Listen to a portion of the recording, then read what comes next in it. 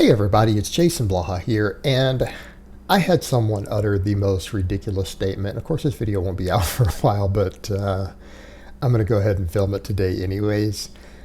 I made a video discussing how Cali Muscle was weak, right? Was weak because he doesn't train his legs. He has no leg strength, and just because you're good at a couple of upper body exercises doesn't make you strong. Because ultimately, you're really only as strong as your weakest link. Or what people need to remember is that strength is the production of force against an external object, right? And the amount of force that you can produce is generally how strong you are. And if you happen to bench more than you squat, then you're only as strong as your bench press. And someone who squats more than you bench or deadlifts more than you bench is probably stronger than you are.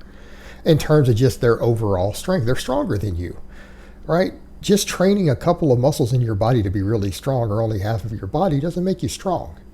And the person's absurd reply was, are you saying that para-athletes aren't strong? What about people who are paralyzed or people who are missing their legs? And what an insane attempt to use political correctness to defend people like Cali Muscle who don't train their legs, right? I mean, what an absurd defense. What an absurd defense.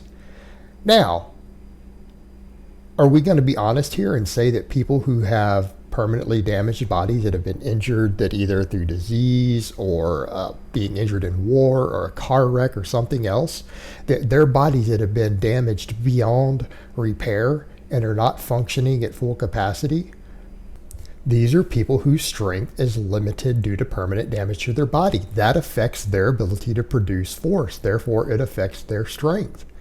It doesn't make them lesser people. In fact, I'm a big encourager of Paralympics. I have actually judged a bench press contest for Paralympic benchers before, and some of them were ridiculously good at the bench press. Right? Some of them were amazing bench pressers. However, even they'll acknowledge that their overall strength isn't as good as someone who trains just as hard as they do, who has all of their limbs, right? And everything's working. Of course they're not. They just don't have the same strength potential. But those people should still train. I think they should still compete. And I will be the first person to cheer them on. I'll be the first person to stand there and scream and cheer, lock it out, when they're at the meet, even if I'm judging. I'll be cheering for them, and I have done it. Because I think that that's fantastic. I think that that's fantastic when people overcome something like that and choose excellence anyways. And I think that that's inspiring. So the point is, that still isn't a valid defense for someone who has working legs who chooses to be a weak pussy. Just because there are para-athletes out there who make the best of their situation and go on to become great athletes, in spite of it, doesn't give other people an excuse to be a weak pussy. It doesn't. So you guys go see Casey Mitchell, the one-legged monster, right? People say, wow, that's phenomenal. Look, his bench and his lifts with one leg are great. They are fantastic for one leg. But let's be honest here. Look at his weight class. His bench is amazing for his weight class, but he's also 20 pounds lighter, missing a leg. So if he actually trained everything, the guy would be like 260 plus. If he had his missing leg was the same size as the one that he has, he'd be in another weight class entirely on the bench press. His bench is still pretty good even for that class, but it's not world class level for that class. The guy's what, a 440-ish squatter? I mean, that's not shabby by any stretch of the imagination. 600 deadlifts, pretty solid. But for his class, not really. For his class, not really. But it's the fact that he's doing it with one leg that's phenomenal. And realistically, you take someone like Casey, if he had another leg equally strong to the one that he has, if he had two legs of equal strength, he'd be a 600 plus pound squatter. He'd be deadlifting over 700 pounds. No doubt about it. There's no doubt about that, right? I don't think anybody could question that. You do the math yourself, right? It's not a stretch to make that assumption. I predict he'd be a 600 squatter and a 750 deadlifter if he had his missing leg was the same strength and existed there as his good one. But as it stands, as it stands, with the one leg, obviously he's not super competitive in his class. Because I mean, like a 440 squat when you're in his weight class is not ultra competitive, right? But the fact he's doing it with one leg is phenomenal. So let's go back to the point, though. Let's go back to the point.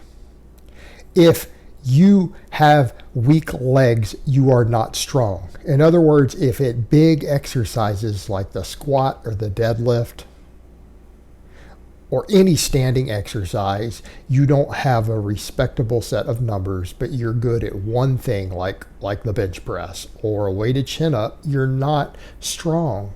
You're strong at a movement pattern. And okay, maybe if you bench press 600 pounds, you're strong, right? Because a 600 pound lift is strong. But if you bench 365, right? If you bench 365 and you can do a weighted chin up with 300 or 330 total, that means you're 365 pounds strong. That's what that means. But if you can't squat more than that, and there's somebody who can squat more than you bench, they're stronger than you are. I mean, I don't know. It's hard for people to grasp on that. They are capable of producing more force against an external object than you are. Now, we could argue the deadlift because of the shorter ranges of motion involved and stuff. Okay, maybe not quite the same. But something like a squat, absolutely. And that's my point with this stuff. When people bring this up of they want to take people who do nothing but a bunch of drugs and train their upper body, and they don't even train their lower body, and they have tiny, weak legs, and then people want to call them strong, I, as a strength athlete, take offense to that. They're not. They're a weak pussy. They're a weak, lazy pussy. And again, if it's incidentally, when the only muscles they have that are strong are their muscles that are most affected by drugs, they abuse drugs and then they neglect half of their body. And then you want me to call them strong or accept that they're strong? Bullshit. Bullshit. Absolutely not. They're not strong. Because they're only lifting 365.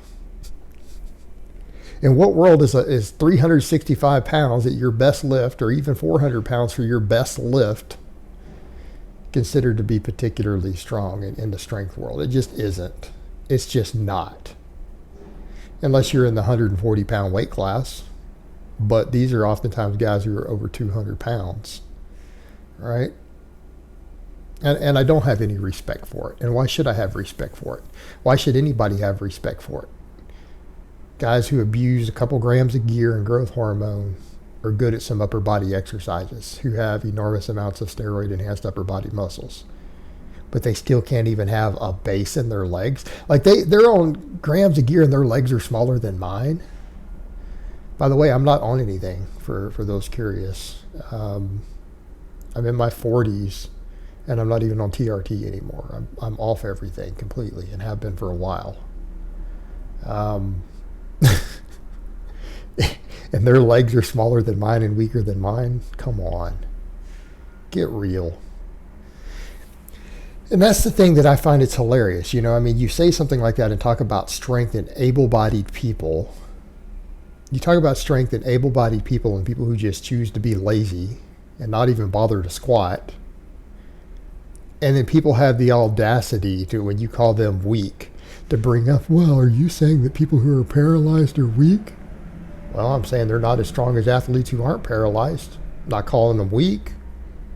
But objectively speaking, if a guy benches 400 pounds and he's paralyzed, 400 pounds is his best lift. Is he stronger than a guy who squats 500 or deadlifts 600? No, he's weaker than them by virtue of his injury. Right, as his injury has put him in that situation, but he's obviously not functioning at full capacity. Right, you wouldn't go put that person in an open powerlifting meet.